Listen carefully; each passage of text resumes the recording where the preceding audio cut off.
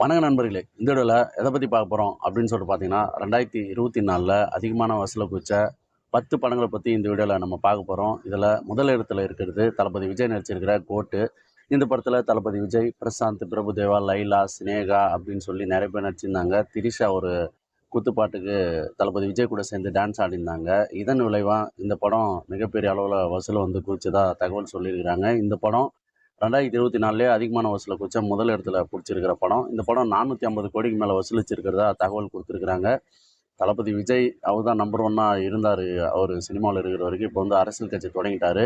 ஆனா, இருந்தாலுமே பிரசாந்த், பிரபுதேவா, லைலான்னு சொல்லி ஒரு 2000, 99 இந்த காலகட்டத்தில மிகப்பெரிய அளவுல இருந்த நெறைய நடிகர்கள் இதில ஒண்ணு சேர்ந்ததால, கூடுதல் வசூலும் குவிச்சிருக்கலாம் அப்படின்ற மாரியும் தகவல் வந்திருக்கு. ஸோ, அதனால இந்த படம் வந்து 450 கோடிக்கு மேல வசூலிச்சு முதல் இடத்த புடிச்சிருக்கு. இந்த லிஸ்ட்ல 2வதா இருக்கிறது சிவகார்த்திகேயனுடைய அமரன் படம். இந்த படத்தில சிவகார்த்திகேயன், சாய் பல்லவி நடிச்சிருந்தாங்க.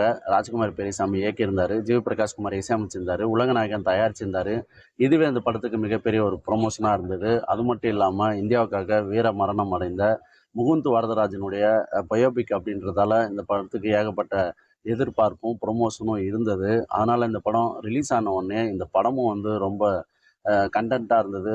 ரொம்ப புடிச்சிருந்தது. எல்லாருக்குமே ஒரு ஃபீல் குட் மூவியா இருந்தது. அதனால இந்த படம் எதிர்பாராத அளவுக்கு மிகப்பெரிய வெற்றிய பெற்றது. சிவகார்த்திகேயனுடைய கேரியர்லயே இந்த படம் தான் அதிகமான வசூல குவிச்சு, அவர வந்து ஒரு 4வது, 5வது இடத்துக்கு தள்ளிட்டு வந்துருச்சு அப்படின்னு சொல்லிட்டு சொல்லலாம்.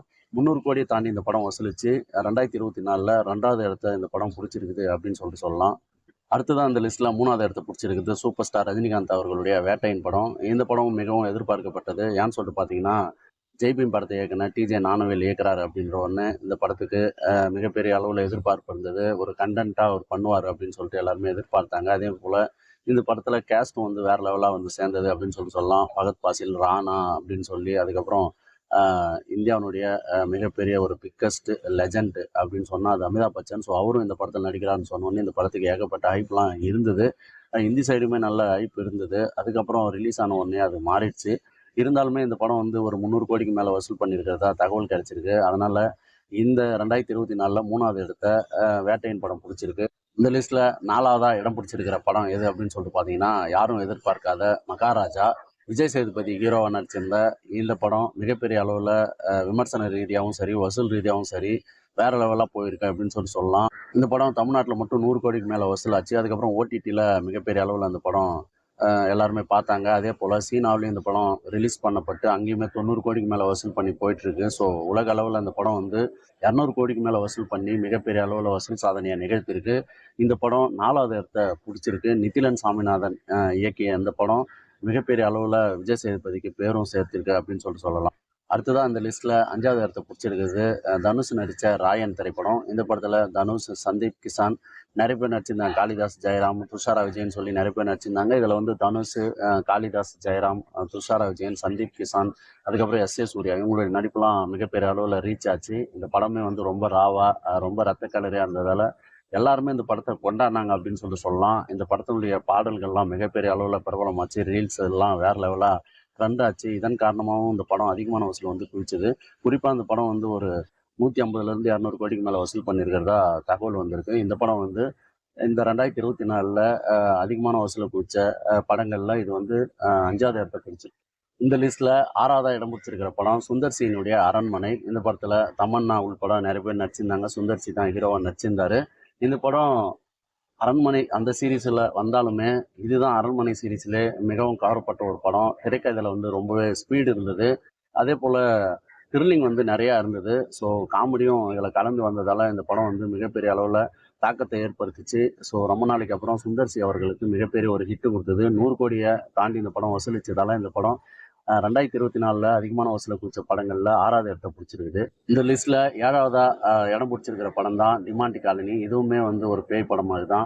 அ அஜய் ஞானமுத்து டைரக்ஷன் பண்ண இந்த படத்துல அருள்நிதி, பிரியா பவானி சங்கர் நடிச்சிருந்தாங்க. இந்த படம் யாரும் எதிர்பார்க்கல. வேற லெவலா ஹிட் ஆச்சு. 75 கோடிக்கு மேல இந்த படம் வசூலிச்சது அப்படின்னு சொல்லிட்டு சொல்லலாம். இந்த படம் மிகப்பெரிய அளவுல வசூலிச்சு, அ கம்மியான பட்ஜெட்ல உருவான இந்த படம் பெரிய வசூல் வந்து குவிச்சதால இந்த படம் இந்த லிஸ்ட்ல வந்து 7வது இடத்த பிடிச்சிருக்குது அப்படின்னு சொல்லிட்டு சொல்லலாம். இந்த லிஸ்ட்ல 8வதா இடம் பிடிச்சிருக்கிற திரைப்படம் அறிமுக இயக்குனர் கமலஹாசன், பச்சமுத்து இயக்குன லப்பர் பந்து, அட்டகத்தி தினேஷ், ஹரிஷ் கல்யாண், ஸ்வஸ்விகா, இன்னும் நிறைய பேர் நடிச்சிருந்தாங்க. யாருமே எதிர்பார்க்காத இந்த திரைப்படம் மிகப்பெரிய ஒரு கண்டென்ட்டோட வந்தது. இந்த படம் ரசிகர்களால பெரிதும் கவரப்பட்டுச்சு. அதிகமான வசூல்ல இந்த படம் வந்து குவிச்சது அப்படின்னு சொல்லலாம். குறிப்பா வந்து இந்த படம் 60 கோடிக்கு மேல வசூல் பண்ணி இந்த படம் 2024லயே அதிகமான வசூல குவிச்ச திரைப்படங்களுடைய லிஸ்ட்ல 8வதா இடம் பிடிச்சிருக்கு. இந்த லிஸ்ட்ல 9வது இடம் பிடிச்சிருக்கிறது மாரி செல்வராஜுடைய வாழை.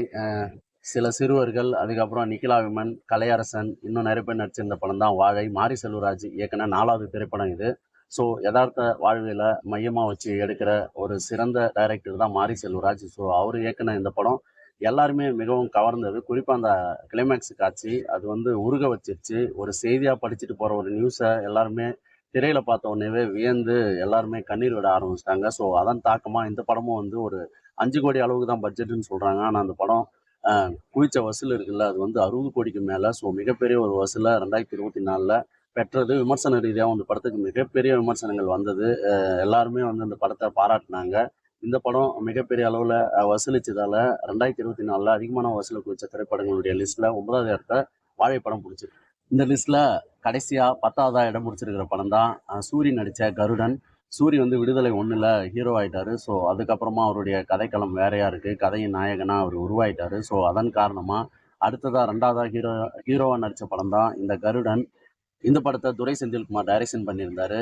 மிகச்சிறந்த முறையில அவர் வந்து டைரக்ஷன் பண்ணியிருந்தாரு. சூரிக்கு என்ன கதாபாத்திரம் கொடுக்கணும்னு தெரிஞ்சு, அந்த கதாபாத்திரத்த கொடுத்து, அவருக்கு தகுந்த ஃபைட்டு, பாட்டுன்னு சொல்லி இந்த படத்த வேற லெவலுக்கு கொண்டு போயிட்டாரு. சசிகுமார் முக்கிய கதாபாத்திரத்துல நடிச்சிருந்தாரு. அதேபோல உன்னி முகுந்தன் சொல்லிட்டு கேரள நடிகர். ஸோ அவருமே வந்து இதுல கௌரவ தோற்றத்துல நடிச்சிருந்தாரு. ஸோ இதன் காரணமா இந்த படம் அதிகமான வசூல குவிச்சது அப்படின்னு சொல்லலாம். 2024லயே அதிகமான வசூல குவிச்ச 10வது இடத்துல இடம் பிடிச்சிருக்கிற இந்த கருடன் படம் மிகப்பெரிய அளவுல பேசப்பட்டது அப்படின்னு சொல்லலாம். தொடர்ந்து சூர்யா அவர்கள் ஹீரோவா நடிக்கலாம் அப்படின்றதுக்கு எடுத்துக்காட்டிய ஒரு படமா அந்த கருடன் படம் அமைஞ்சிருக்கு. இந்த 2024ல டாப் 10ல அதிகமான வசூல் குவிச்ச படங்களுடைய லிஸ்ட்டை பார்த்துட்டோம். இதில் வந்து முக்கியமாக இடம்பெற இருந்த ஒரு படம் தங்கலான். ஸோ பெரிதும் எதிர்பார்க்கப்பட்ட இந்த படம் விமர்சன ரீதியாக தாக்கப்பட்டு அந்த படத்துடைய வசூல் வந்து குறைஞ்சது. இருந்தாலுமே இந்த படம் 100 கோடிக்கு மேலே வசூல் பண்ணியிருக்கிறதா தகவல்லாம் சொல்லியிருந்தாங்க. ஸோ இந்த படம் கண்டென்ட் ரீதியாகவும் சரி, அதே போல் இந்த படம் வசூல்லையும் அதிகமான வசூலை பிடிச்சிருக்க வேண்டிய ஒரு திரைப்படம். ஏன்னு சொல்லிட்டு பார்த்தீங்கன்னா சியான் விக்ரம் அவர்கள் அவருடைய முழு உழைப்பையும் அந்த படத்துக்கு தான் கொடுத்திருந்தார் அவருடைய கெரியர்லேயே. ஸோ எப்படி நடிச்சிருந்தாருன்னு சொல்லிட்டு எல்லாருமே பார்த்துருப்பாங்க. அதுக்காகவாவது இந்த படம் அதிகமான வசூலை குவிச்சிருக்கணும். ஆனால் நெகட்டிவ் ரிவ்யூ இருக்குல்ல, ஸோ அது வந்து இந்த படத்தை அட்டாக் பண்ணிடுச்சு.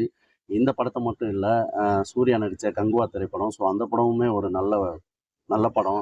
அதுக்குமே நெகட்டிவ் ரிவ்யூ அதிகமாக தாக்கப்பட்டுச்சு. ஸோ அந்த படமும் 100 கோடியை வசூலிச்சுது. அதே போல் உலக நாயகன் கமலஹாசனுடைய இந்தியன் 2 மிகப்பெரிய அளவில் எதிர்பார்ப்பில் இருந்த இந்த திரைப்படமும் விமர்சன ரீதியாக மிகப்பெரிய பின்னடைவை சந்திச்சு இந்த படமும் 100 கோடியை தாண்டி வசூலிச்சிருக்கு. இந்த 3 படங்களுமே இந்த லிஸ்ட்டில் வந்து அது வேற லெவலாக சாதனை படைக்கிற ஒரு விஷயமா இருந்திருக்க வேண்டியது. ஆனால் அது எல்லாமே மிஸ் ஆயிடுச்சு அப்படின்னு சொல்லலாம். அதே போல் வேற மொழிகள்ல அதிகமான வசூல குவிக்கிற படங்கள் வந்துட்டு இருக்குது. குறிப்பா தெலுங்கு படம் புஷ்பா. அது வந்து கிட்டத்தட்ட 2000 கோடிய தொடப்போகுது. ஸோ அந்த அளவுக்கு அதனுடைய அ வளர்ச்சி இருக்கு. ஸோ அந்த படத்துல என்னதான் இருக்குன்னு சொல்லிட்டு தெரியல. அது இன்னமுமே வந்து வேற லெவலா போயிட்டு இருக்குது. என்ன காரணம்? தமிழ் படங்கள கொண்டாட மாட்றாங்க. மற்ற மொழி படங்கள கொண்டாடுறாங்கன்னு சொல்லிட்டு காரணமே கண்டுபிடிக்க முடியல. இருந்தாலுமே அ அடுத்த வருடம் 2025ல ரஜினிகாந்த், தளபதி விஜய், அஜித் இவங்களுடைய படங்கள்லாம் வரப்போகுது. ஸோ இதுல ஏதாவது ஒரு படம் 1000 கோடிய தாண்டுமா தமிழ் சினிமால அப்படின்னு சொல்லிட்டு வெயிட் பண்ணி